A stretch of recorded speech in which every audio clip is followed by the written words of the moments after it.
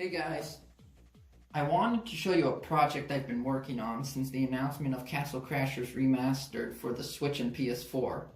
Now before I get into this video, I just want to quickly apologize because as you can see, I don't really have the whole board made up. I just have parts of it printed out, put on the table. I've been quite busy working on a few projects, especially this one. So rather than build the whole thing, I just, printed out a portion of it that would fit on the camera screen. And just to give you guys an idea of how this game works. The actual board, there's 3 boards by the way.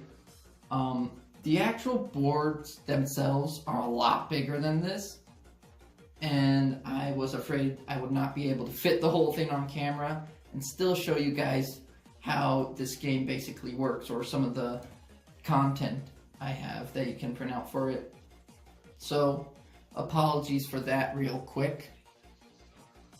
Now, before we really get into how this game works, or some of the stuff in it, let's quickly go over what is Back Off Barbarian. Well, I believe it was back in 2015, the team at Behemoth came out with a remastered version of Castle Crashers, which the remastered version replaced one of the mini games with a new game. The old mini game was All You Can Quaff, which I personally hated because the computers, it was a little mashing game and the computers were way too good at it no matter how fast you mashed the button. Back Off Barbarian, when the remaster came out, is what replaced All You Can Quaff, which I feel is a much better game, and I like it quite a lot. Basically, the idea of the game is you're on a little board like this, and you have these barbarians, or depending on the map, they could be Eskimos or demons. And the point of the game is, it's endless, so you're supposed to avoid them for as long as you can. There's an achievement if you last for like 2 minutes 30 seconds. It's called the final countdown. Now the thing with that game is you don't push up to go up. There's little arrows on the board and you have to push what button to go in what direction you want. So it makes it a little more challenging. And I kind of wanted to take that mini game and try to recreate it in a physical board game. Sure, you don't have buttons you can push, but what I have in place are a die and cards. Let me show off the 4th one there. There we go. One for each direction. Apologies for these 2. I did not glue these to my playing cards yet. That's what you should really do when you print this out, is just print these out, get a deck of playing cards, glue them on there. I'm also going to have custom card backs, so you won't have to deal with the default one if you don't like it. It's up to you, really. Now, there should be a total of 36 cards, so an entire card deck. I just don't have them all cut out because I've just been so busy, both with this project and with events in real life. Now, before I go over more of how the cards work, let's go over something very important. Players. How many players for this game? Now, by default, it can go from 2 players, 1 knight player, 1 barbarian player, to 5 players, 4 knight players, 1 barbarian player. Uh-oh. He fell over. Oh well. Anyway. Now, something a little different here is in the video game, everyone plays as a knight, and the computer controls the barbarians. For a board game, can't really do that, but I thought, it'd be really cool to have someone who can control the barbarians, 1 guy to control, by default, a total of 6 barbarians, or Eskimos or demons, depending on what map you're playing on. Now, there is a section in the rulebook called the expansion rules, and it adds a couple rules you can change up to make the game either more fun or more difficult, and that goes over what to do if you want more than 5 players. Now, we're not going to really go over that, but I'm just going to quickly note, you can technically go up to 13 players, which would be 10 knights and 3 players, one doing the barbarians, one's the Eskimos, and one's the demons. But like I said, we're not going to go over that, we're just going to go over the basics of the game, the default rules of the game. Now, how does someone win the game? Well, in the video game, the game is endless, but for this I've added winning conditions for the knight players. The knights just have to last 18 rounds in order to win, and the barbarians have to stomp and crush and kill all the knight players to win. Now, what is a round? Well, a round is when all the players at the table have taken their turn.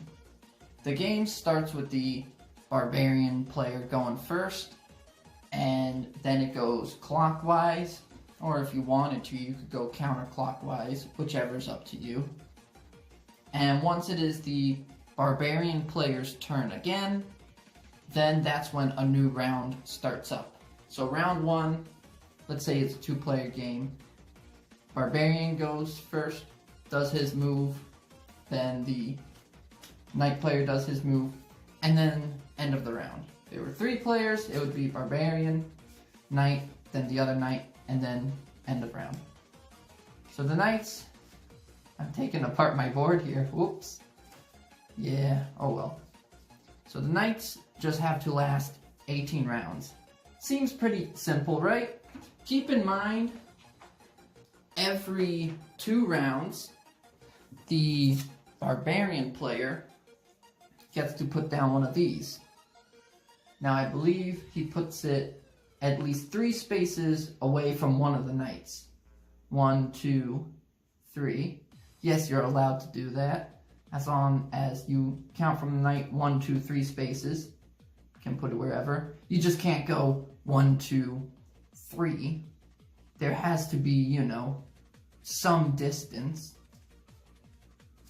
But, you know, for now, for simplicity, let's just go 1, 2, 3.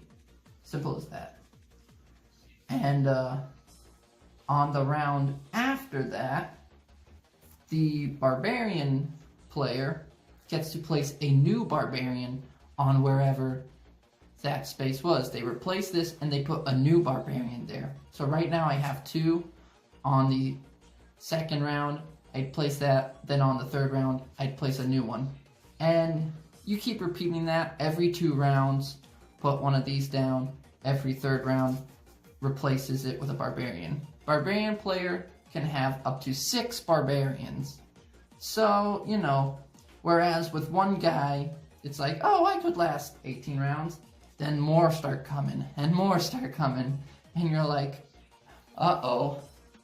Oh, how am I going to get out of here? Which is where we move into how the characters actually move in the game. How the knights can get out of there.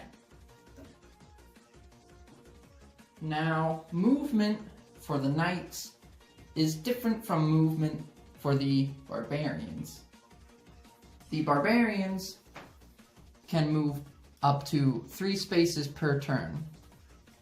So I could go 1, 2, 3, 1, 2, 3, you know, simple as that.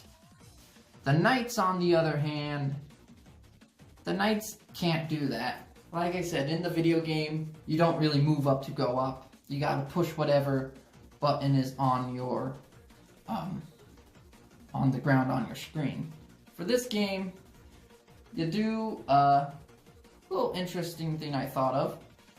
Take a 6-sided die, you roll it. I rolled a 3. And then from the card pile, you pull 1, 2, 3.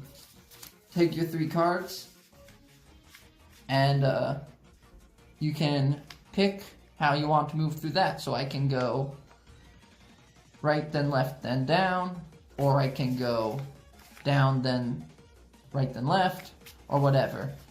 The only rule about it is I have to play all the cards in my hand. I can't keep any cards. So I'm going to play all of my cards. I'm going to move left, down, then right. Left, down, then right. Now, technically I can't do that because of this space, but we'll go over that later. Let's just say I was over here. I can go left, down, then right. There we go. So, you know, it's a little bit difficult for the knight players to avoid some barbarians, but there is at least some control. Obviously, I wouldn't want to be closer to them, so maybe I would have done, you know, that. Whatever. You get the idea. Oops. Ignore that. Now, I know it can be a little confusing as to where to go, because these cards just have arrows on them, up, down, left, right. So, you know, if I'm standing over here, to me, up looks like this way. Whereas, if I'm standing over here, up looks like that way. If you're ever unsure as to which direction a card is telling you to go, each card has this little compass on it. Match it up with the compass on the board. You'll see the red is north. Red represents north.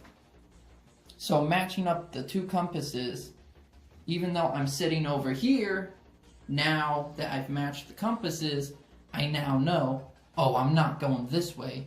I'm actually going this way. So all the cards have compasses on them.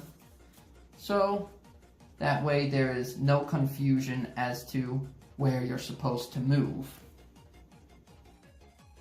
Now, like I said, the lowest amount of players you can have is 2 players. 1 knight, 1 barbarian player. Or 1 person controlling all the barbarians. But, if you're playing in a game with 2 knights, 3 knights, 4 knights, more than 1 knight, then there's a special little item added. So like I said before, the goal of the game is for the barbarians to crush all the knights. Of course, this is done when a barbarian hops on top of a knight and crushes him. If this were just a 2-player game, that would mean the barbarian wins.